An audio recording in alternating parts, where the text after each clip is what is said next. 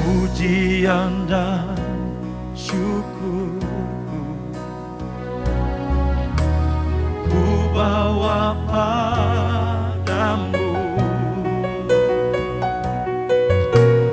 dengan rendah hati ku persembahkan. Terima kasih. Sadar bila ku ada hanya karena anugerah, bukan karena kekuatanku. Pujian dan syukur kami bawa padamu Tuhan. Pujian dan syukurku ku bawa padamu, dengan rendah hati ku persembahkan.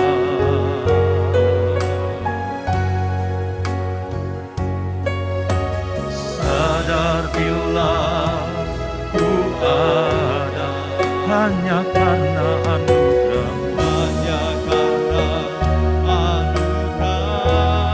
Oh, bukan karena kekuatanku. Mari sama-sama kita katakan, ku tahu hidupku, ku tahu hidupku adalah penyembahan.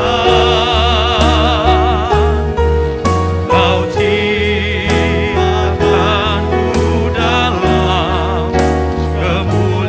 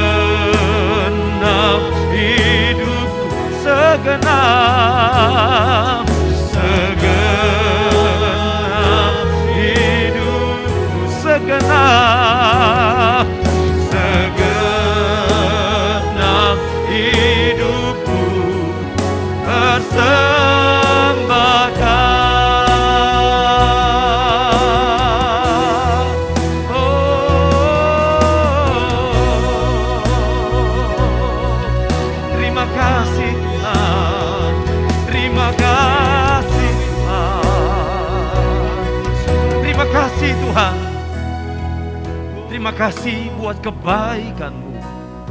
Segenap hidup kami persembahkan kepadamu Tuhan. Sebentar firman-Mu akan ditaburkan, urapi hamba-Mu, dan biarlah roh-Mu berkuasa atas kami semua. Terima kasih buat kasih setia-Mu. Terima kasih buat anugerah-Mu Tuhan. Dalam nama Tuhan Yesus Kristus, haleluya, amin. Puji Tuhan. Saya mengajak kita saat ini untuk membaca Alkitab kita di dalam Lukas pasal yang ketiga ayat yang ke-17. Lukas pasal yang ketiga ayat yang ke-17. Mari sama-sama kita bangkit berdiri untuk membaca firman Tuhan ini. 2, 3. Alat penampi sudah di tangannya untuk membersihkan tempat pengirikannya dan untuk mengumpulkan gandumnya ke dalam lumbungnya. Tetapi debu jerami itu akan dibakarnya dalam api yang tidak terpadamkan. Puji Tuhan, silakan duduk. Iya, saudara yang kekasih di dalam Tuhan Yesus Kristus, dalam Lukas ya pasal yang ketiga ini, di sini firman Tuhan memberikan penjelasan buat saya dan saudara tentang penampian. Dan firman Tuhan saat ini saya beri tema penampian. Kalau saudara membacanya dalam Lukas pasal yang ketiga ini mulai ayat yang pertama, di situ Yohanes Pembaptis menyampaikan begitu banyak hal dan sampai pada ayat yang ke-17 ia menyoroti bahwa alat penampi ini, alat penampi sudah di tangannya ini merujuk kepada Tuhan Yesus Kristus, ya. Merujuk kepada Tuhan Yesus Kristus yang akan melakukan penampian. Tentu dalam bacaan ini kembali kita perhatikan bahwa yang menampi itu adalah Yesus sendiri. Yesus yang memberikan penampian itu kepada siapa? Tentunya kepada umat-umat Tuhan, kepada gereja-gereja Tuhan. Apa sih penampi itu, saudara? Apa sih penampian? Ya tentu kalau kita bertanya apa penampi, dalam Kamus Besar Bahasa Indonesia saudara bisa melihat itu ada begitu banyak pengertian. Saya mencatat ada 7 pengertian berdasarkan Kamus Bahasa Indonesia. Ada yang namanya filtrasi, ada yang namanya pemilihan, ada yang namanya penapisan atau kata dasarnya tapis, ya. Seperti yang saya katakan tadi, ada yang namanya pengayakan, diayak, dan ada juga pengertiannya penyaringan, penyerkaian, bahkan penyeleksian. Dari pengertian-pengertian ini saudara, dengan jelas sekali bahwa pada intinya penampian itu untuk memisahkan, sekali lagi untuk memisahkan sesuatu yang bisa dipakai, yang bisa dikonsumsi, atau yang bisa ya membawa hasil dengan yang tidak membawa hasil. Banyak pengertian di dalamnya, tinggal kita mau ambil pengertian yang mana.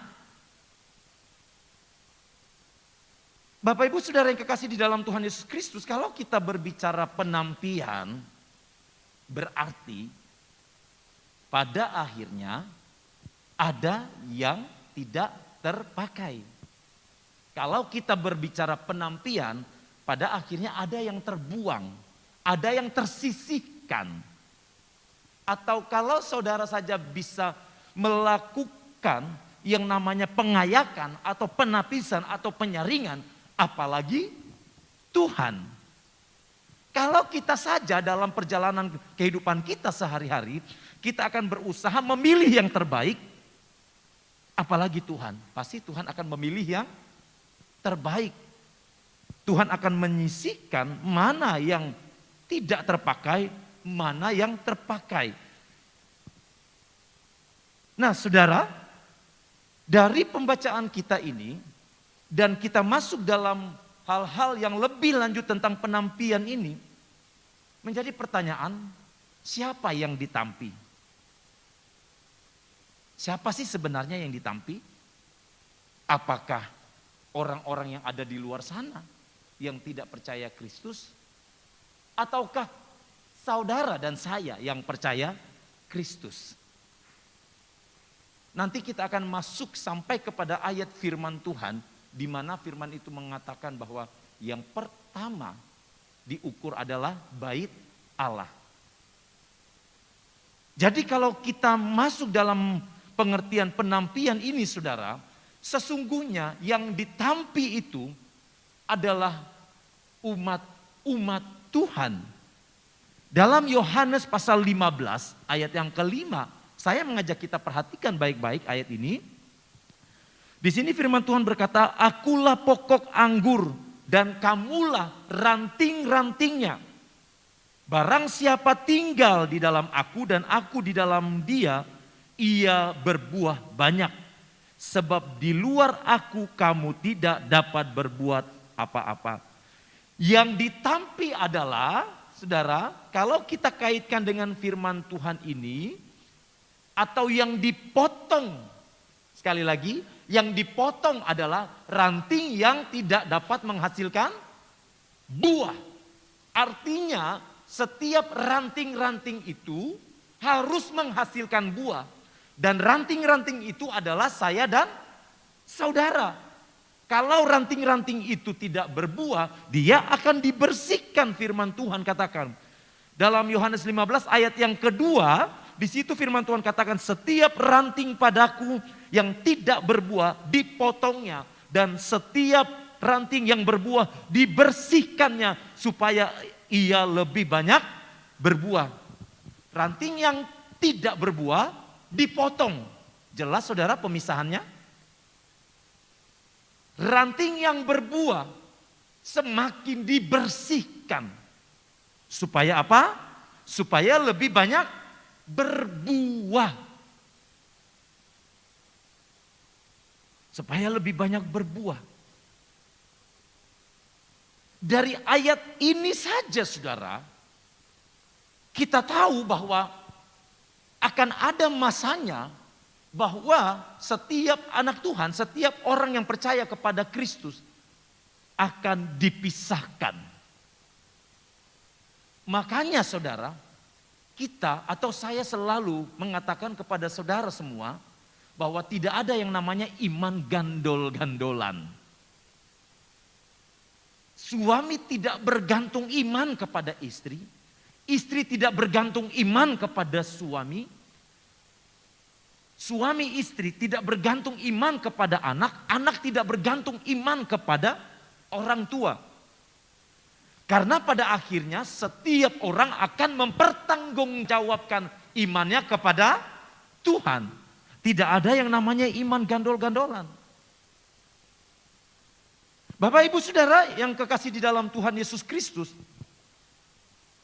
Seperti yang saya katakan tadi bahwa penampian itu pada akhirnya akan dimulai dari rumah Allah itu sendiri.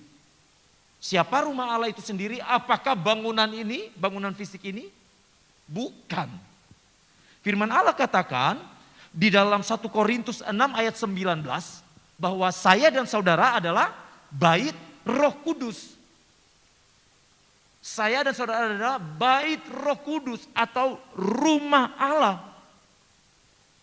Sehingga saudara tidak heran kalau penampian itu akan dimulai dari rumah Allah itu sendiri. Penampian itu akan dimulai dari saya dan saudara sendiri. 1 Petrus 4 ayat yang ke-17. 1 Petrus 4 ayat yang ke-17 berkata, karena sekarang telah tiba saatnya penghakiman dimulai pada rumah Allah sendiri yang harus pertama-tama dihakimi. Dan jika penghakiman dimulai pada kita, bagaimanakah kesudahannya dengan mereka yang tidak percaya pada Injil Allah? Jelas ayat ini saudara? Penghakiman dimulai dari rumah Allah. Penampian dimulai dari rumah Allah. Pemisahan dimulai dari rumah Allah. Dan saya dan saudara adalah rumah Allah. Kalau kita tahu kita adalah rumah Allah, saudara, tentu kita akan menjaga rumah Allah itu, bukan? Saya yakin saudara akan menjaganya. Nah, apalagi saudara, tubuh kita yang katanya adalah bait Allah. Firman Allah katakan dalam 1 Korintus 6 ayat yang ke-19, atau tidak tahukah kamu bahwa tubuhmu adalah bait Roh Kudus yang diam di dalam kamu? Yang diam di dalam kamu. Dan aku dan Roh Kudus yang kamu peroleh dari Allah, dan bahwa kamu bukan milik kamu sendiri. Berarti tubuh ini bukan milik kita sendiri. Harus dijaga, harus dirawat. Karena dipinjamkan oleh Allah sendiri. Tetapi perhatikan baik-baik saudara, dalam tubuh kita bersemayam Roh Kudus. Roh Kudus bertata di dalam hati kita. Untuk itulah kenapa kita harus selalu menjaganya. Dan firman Tuhan tadi katakan bahwa pada saatnya nanti penghakiman akan dimulai dari rumah Allah itu sendiri. Kalau saudara datang ke rumah orang, saudara yang akan menilai rumah orang itu, bukan? Ketika Allah datang, Allah lah yang akan menilai rumahnya. Yaitu saya dan saudara. Bagaimana rumah Allah yang dipercayakan itu? Apakah kita menjaganya atau tidak? Bukan hanya sekedar menjaga dalam bentuk dagingnya, artinya bersih, ya, semuanya bersih, badannya bersih. Bukan itu saudara. Karena yang terpenting bukan kecantikan dari luar, tetapi yang paling penting adalah inner beauty-nya. Kecantikan dari dalam, yang lahir dari dalam. Dan Roh Kudus melihat sampai yang paling dalam. Hati kita yang paling dalam. Kita kembali saudara dalam firman Tuhan ini. Apa sih sebenarnya yang ditampi oleh Tuhan dalam hidup saya dan saudara? Berhubungan dengan apa sih yang ditampi oleh Tuhan? Lukas 18 ayat yang ke-8. Lukas 18 ayat yang ke-8. Firman Allah berkata begini saudara. Aku berkata kepadamu, ia akan segera membenarkan mereka, akan tetapi jika anak manusia itu datang, adakah ia mendapati iman di bumi? Dengan kata lain, yang ditampi adalah segala hal yang berhubungan dengan iman kita kepada Tuhan. Inilah yang ditampi oleh Allah. Allah mau melihat ketika Allah datang kembali kali yang kedua. Allah berkata, adakah ia mendapati iman di bumi? Ingat saudara, pada hari-hari terakhir, iman setiap orang percaya akan diguncang. Keadaan yang terjadi saat ini saja sudah mengguncang banyak hal, bukan? Sudah mengguncang pekerjaan saudara, sudah mengguncang ibadah-ibadah dimanapun. Apalagi nanti masanya. Iman saya dan iman saudaralah yang menjadi taruhannya. Itulah yang akan ditampi oleh Allah. Amsal 20 ayat yang ke-6 berkata begini, banyak orang menyebut diri baik hati, tetapi orang yang setia siapakah menemukannya? Ketika Tuhan datang, adakah ia menemukan orang-orang yang tetap setia dengan imannya kepada Kristus? Ketika Tuhan datang, adakah ia menemukan, adakah ia mendapati orang-orang yang benar-benar memiliki iman yang benar di hadapan Tuhan? Jangan sampai ketika Tuhan datang, yang terjadi seperti di dalam Wahyu 3 ayat yang ke-16. Jadi karena engkau suam-suam kuku dan tidak dingin atau panas, aku akan memuntahkan engkau dari mulutku. Saudara, ternyata firman Tuhan menegaskan kepada saya dan saudara, kalau kita ikut Tuhan itu, jangan suam-suam kuku. Kalau panas, biarlah engkau panas. Kalau tidak, firman Tuhan katakan akan dimuntahkan. Nah ini saudara. Seberapa kuat kualitas iman kita di hadapan Tuhan, seberapa bagus kualitas iman kita di hadapan Tuhan. Pada akhirnya itu akan terlihat ketika Tuhan mengizinkan hal-hal terjadi di dalam kehidupan saya dan saudara. Apalagi kalau berbicara tentang kekekalan. Kualitas iman saya dan saudara akan kelihatan. Dan kalau sudah berbicara tentang kualitas iman, tentu akan berbeda antara si A, si B, dan si C. Mengapa saya dan saudara harus ditampi? Apa tujuan Allah menampi saya dan saudara? Apa tujuan Allah menampi iman percaya kita? Di Alkitab saudara, saya ingat di Alkitab ada orang-orang yang Tuhan izinkan imannya ditampi. Sadrak, Mezak, dan Abednego. Juga Daniel. Ini orang-orang yang diizinkan oleh Allah untuk ditampi. Tujuannya apa saudara? Untuk memurnikan iman mereka. Apakah mereka tetap menyembah kepada Allah yang hidup, ataukah mereka ikut dalam penyembahan Allah-Allah asing. Daniel 12 ayat yang ke-10 bisa ditampilkan. Daniel 12 ayat yang ke-10. Banyak orang akan disucikan dan dimurnikan dan diuji. Tetapi orang-orang fasik akan berlaku fasik. Tidak seorang pun dari orang-orang fasik itu akan memahaminya. Tetapi orang-orang bijaksana akan memahaminya. Banyak orang akan disucikan dan dimurnikan dan diuji. Cepat atau lambat, saya dan saudara pasti akan diuji.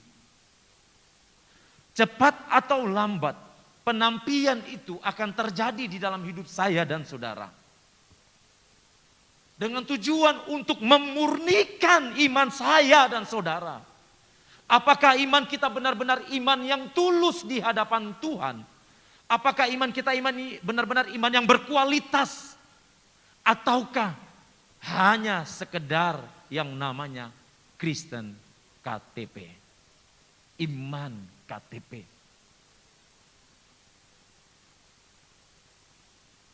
Saudara, mari firman Tuhan katakan, perhatikanlah keadaanmu. Perhatikan keadaan kita akhir-akhir ini bagaimana. Sudahkah kita siap untuk menyambut kedatangan Tuhan kali yang kedua? Sudahkah dalam kehidupan kita setiap hari ini yang kita pikirkan menyangkut kekekalan? Ataukah hal-hal yang tidak berhubungan dengan kekekalan?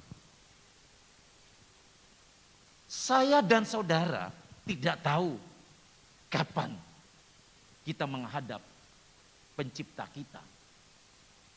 Apakah hari ini, besok, tahun depan, 5 tahun mendatang, ataukah sampai nanti kedatangan Tuhan kali yang kedua?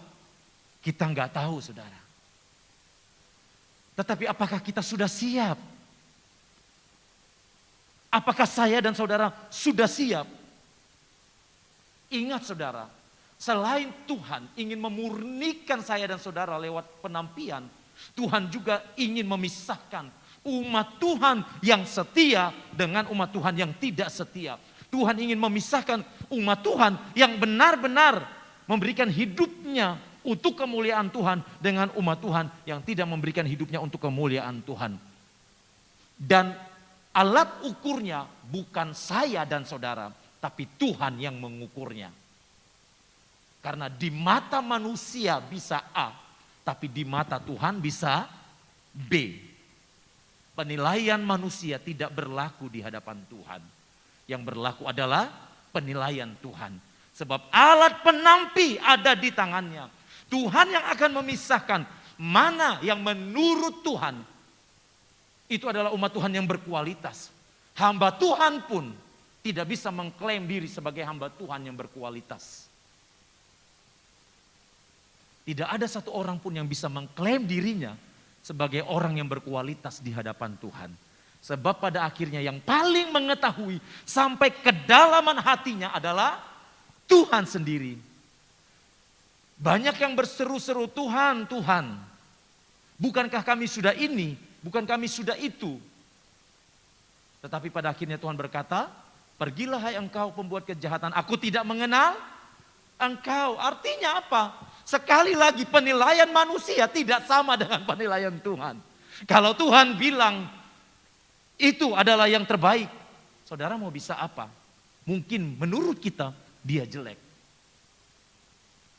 Tapi kalau Tuhan bilang dia bagus, ingat orang yang di samping Yesus, menurut orang dia adalah penjahat kelas kakap. Tapi ketika dia bertemu dengan Tuhan di masa hidupnya, di akhir hidupnya, Tuhan bilang engkau akan bersama dengan aku di Firdaus. Inilah bedanya penilaian manusia dengan penilaian Tuhan. Tuhan mau menampi saya dan saudara untuk mempersiapkan agar saya dan saudara siap dalam menyambut kedatangan Tuhan kali yang kedua. 1 Tesalonika pasal yang kelima ayat yang ke-23. 1 Tesalonika 5 ayat yang ke-23 firman Tuhan berkata, semoga Allah damai sejahtera menguduskan kamu seluruhnya dan semoga roh, jiwa dan tubuhmu terpelihara sempurna dengan tak bercacat pada kedatangan Kristus Tuhan kita. Perhatikan ayat ini saudara. Semoga Allah damai sejahtera menguduskan satu. Menguduskan kamu seluruhnya. Seluruh kehidupan saya dan saudara kudus di hadapan Tuhan. 2. Semoga roh, jiwa dan tubuhmu terpelihara sempurna dengan tak bercacat. Ini yang Tuhan siapkan, yang Tuhan mau dalam kehidupan saya dan saudara. Untuk itu saudara, apa yang harus kita lakukan? Apakah kita diam-diam saja? Saudara, sekarang ini saudara, ada firman Tuhan yang berkata begini saudara. Pada akhir zaman bangsa akan bangkit melawan bangsa, ya, muncul pemfitnah di sana sini, ya. Saya berpikir begini saudara, bagaimana mungkin ya kalau soal masalah memfitnah, orang bisa memfitnah si A si B, kan paling kalau dia memfitnah mungkin dia kenal orang itu, iya kan saudara? Tapi rupanya dengan perkembangan teknologi sekarang, dengan perkembangan media sosial yang begitu banyak saudara, kurang lebih ya yang saya kenal ada 4-5 media sosial. Saudara, justru di media sosial itu banyak hal kalau salah digunakan bisa mencaci maki orang, bisa memfitnah orang, menjatuhkan orang, kata-kata kasar keluar. Padahal orangnya di mana saudara? Orangnya ada di negara A. Ini saudara, perkembangan teknologi saudara. Untuk itu ya saya banyak mendengar kalau dulu mengatakan mulutmu adalah harimaumu, sekarang jarimu adalah harimaumu. Artinya apa saudara? Kita harus berjaga-jaga, berhati-hati. Kita harus berhati-hati dengan semuanya itu. Semoga Allah damai sejahtera menguduskan kamu seluruhnya. Dan semoga roh, jiwa dan tubuhmu terpelihara sempurna. Artinya saudara, saya dan saudara harus menjaga kekudusan di hadapan Tuhan. Tidak ada area abu-abu di hadapan Tuhan. Tidak ada istilah yang namanya kong kali kong. Gak ada di hadapan Tuhan. 2 Petrus pasal yang ketiga ayat yang ke-14. Berkata begini saudara, 2 Petrus 3 ayat 14. Sebab itu saudara-saudaraku yang kekasih, sambil menantikan semuanya ini, kamu harus berusaha. Perhatikan saudara, kamu harus berusaha supaya kamu kedapatan tak bercacat dan tak bernoda di hadapannya dalam perdamaian dengan Dia. Dalam perdamaian dengan Dia. Sambil menantikan semuanya kamu harus berusaha, artinya dikerjakan. Iman itu dikerjakan. Menjaga kekudusan itu dikerjakan, saudara. Yusuf, pada saat dia diperhadapkan dengan istri Potifar, yang terjadi adalah Yusuf mengerjakan tanggung jawabnya sebagai umat pilihan Tuhan. Dengan cara ia lari dari istri Potifar. Kalau Yusuf tidak lari dari istri Potifar, mungkin Yusuf akan jatuh. 1 Petrus pasal yang kedua, ayat yang kedua. Dan jadilah sama seperti bayi yang baru lahir, yang selalu ingin akan air susu yang murni dan yang rohani, supaya olehnya kamu bertumbuh dan beroleh keselamatan. Tidak mudah saudara untuk menjaga kekudusan. Kekudusan itu bukan hanya berhubungan dengan masalah jasmani, mohon maaf, yang namanya seksualitas. Tidak. Kekudusan itu banyak saudara. Kekudusan mata, kekudusan pikiran, kekudusan hati kita, tangan kita. Makanya Amsal 4 ayat 23 berkata, jagalah hatimu dengan segala kewaspadaan, karena dari situlah terpancar kehidupan. Jaga hati. Ini penting sekali saudara. Firman Allah katakan berjaga-jagalah, sebab lawanmu si iblis siap menerkam saya dan saudara. Siap memangsa saya dan saudara. Kalau kita tahu pada akhirnya saya dan saudara akan ditampi, akan dipisahkan oleh Allah, maka jangan lupa kita harus selalu menjaga hati kita untuk tetap murni di hadapan Tuhan, untuk tetap tulus di hadapan Tuhan. Tidak mudah untuk menjaga hati tetap murni. Tidak mudah untuk menjaga hati tetap tulus di hadapan Tuhan. Tidak mudah saudara. Tetapi firman Tuhan katakan kerjakanlah itu. Kerjakan, diusahakan. Namanya dikerjakan. Berarti butuh pengorbanan. Pengorbanan waktu, pengorbanan tenaga, pikiran dan lain sebagainya. Kerjakan saudara, kan seperti saudara bekerja kan. Saudara bekerja di toko, saudara bekerja di gudang, saudara bekerja di kantor, di sekolah. Kan pasti saudara akan mengusahakan yang terbaik di tempat pekerjaan saudara itu. Saya hanya ingatkan kembali kepada saudara, kalau manusia bisa mensortir, bisa memilih, bisa memisahkan barang yang tidak bagus dengan barang yang bagus, tentu Tuhan juga akan memilih umatnya yang sungguh-sungguh dan hidup benar di hadapannya. Oleh sebab itu Bapak Ibu Saudara yang kasih dalam Tuhan Yesus Kristus, mari kita jaga kekudusan kita di hadapan Tuhan. Agar apa? Agar kita siap masuk dalam kekekalan di dalam Tuhan. Persiapkan diri kita, jaga kekudusan, hidup dalam kebenaran firman Tuhan. Tuhan memberkati. Tuhan Yesus, saat ini Tuhan, kami datang di hadapan-Mu. Kami membawa hati kami Tuhan. Kami percaya bahwa Engkau memilih kami Tuhan. Mari Tuhan, biarlah Roh-Mu yang menguasai kami. Biarlah hati kami tertuju kepada Engkau. Biarlah kami menjaga kekudusan kami Tuhan. Terima kasih untuk semuanya Tuhan. Kau sungguh baik Tuhan. Kau baik bagi kami Tuhan. Haleluya.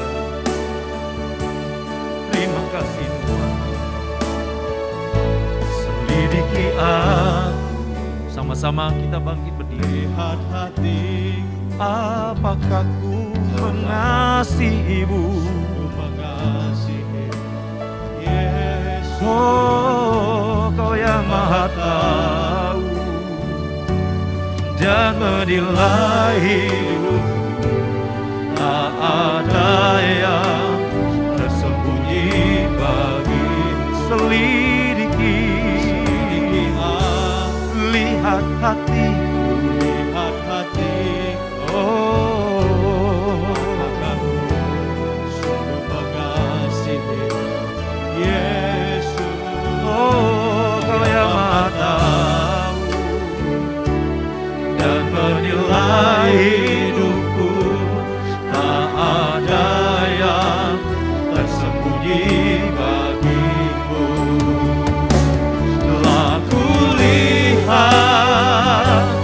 kebaikan-Mu yang tak pernah habis di hidupku. Berjuang sampai akhirnya, Kau dapati aku tetap setia. Telah kulihat kebaikan-Mu Tuhan, oh, Yang tak pernah habis di terima kasih.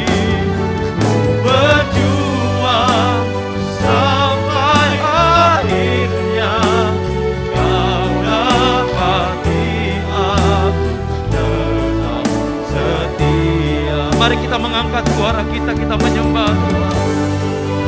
Mari kita mengangkat hati kita. Haleluya, haleluya. Haleluya. Haleluya. Haleluya. Haleluya. Haleluya. Terima kasih Tuhan. Haleluya. Engkau baik Tuhan.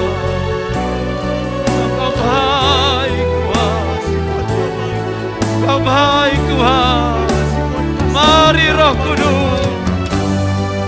Mari Roh Kudus. Mari Tuhan.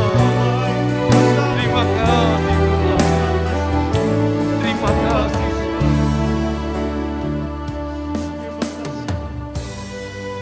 kasih Tuhan.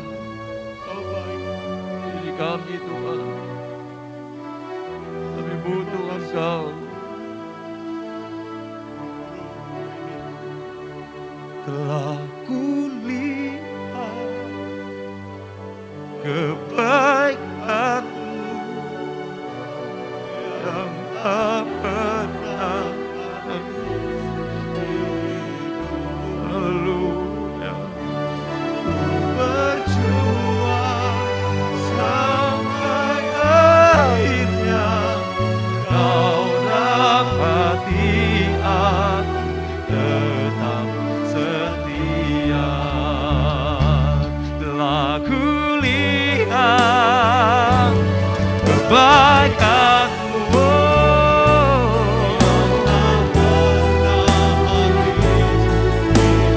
habis di hidupku. Ku berjuang sampai akhirnya, Kau dapati aku tetap setia. Kau dapati aku tetap setia. Kau dapati aku tetap setia. Oh Tuhan, terima kasih untuk semuanya. Terima kasih buat kebaikan-Mu. Terima kasih buat anugerah. Tuhan Yesus, saat ini hamba berdoa secara khusus. Mungkin ada umat-umat-Mu yang sedang sakit Tuhan. Terbaring sakit baik di rumah maupun di rumah sakit. Mari Tuhan jamah, Tuhan memberikan kesembuhan di dalam nama Tuhan Yesus Kristus. Yang lemah Engkau kuatkan, yang susah Engkau hiburkan, yang berbeban berat Tuhan, Engkau datang melawati Tuhan. Yang sedang berduka, Tuhan memberikan penghiburan ya Tuhan. Terima kasih Tuhan. Anak-anak-Mu dalam pekerjaan, Tuhan mari Engkau berkati. Mungkin saat ini umat-Mu ada yang sedang mengalami hal yang kurang baik dalam pekerjaan. Kami percaya Engkau sanggup melakukan terobosan dalam pekerjaan umat-umat-Mu ya Tuhan.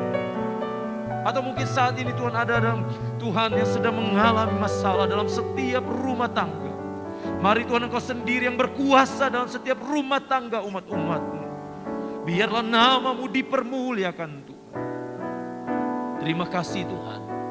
Terima kasih untuk anugerah Tuhan yang tidak terbatas. Balas berkati umat-umat-Mu yang sudah datang memuji menyembah Tuhan. Berkati pekerjaan umat-Mu. Berkati tangan-tangan yang sudah memberi apapun itu Tuhan, persembahan, persepuluhan. Oh yang sudah memperhatikan kami hamba-hamba-Mu, apapun persembahan dari umat Tuhan. Tuhan Engkau memberkati pelayanan mereka. Engkau berkati Tuhan. Terima kasih Tuhan, terima kasih. Bapa, kami berdoa secara khusus buat bangsa dan negara kami dan kota kami. Tuhan, kami serahkan bangsa ini ke dalam tangan Tuhan. Biar Tuhan sendiri yang turun tangan untuk memulihkan bangsa ini. Kota kami ada juga di dalam genggaman Tuhan. Kota di mana kami memuji dan menyembah Tuhan. Kota di mana umat-Mu bekerja, kota di mana kami berkeluarga. Terima kasih Tuhan. Terima kasih. Sekali lagi Tuhan balas berkati umat Tuhan. Dan biarlah nama Tuhan dipermuliakan. Mari saudaraku, angkat tanganmu dan terimalah berkat Tuhan. Tuhan melindungi engkau. Tuhan menghadapkan wajahnya kepadamu dan memberi engkau damai sejahtera. Biarlah sukacita Allah mengalir setiap hari mulai saat ini sampai Maranatha Tuhan Yesus datang kembali kali yang kedua, menjemput setiap orang yang percaya kepadanya di dalam nama Bapa, Putra dan Roh Kudus, yaitu di dalam nama Tuhan Yesus Kristus. Sama-sama kita yang percaya katakan amin.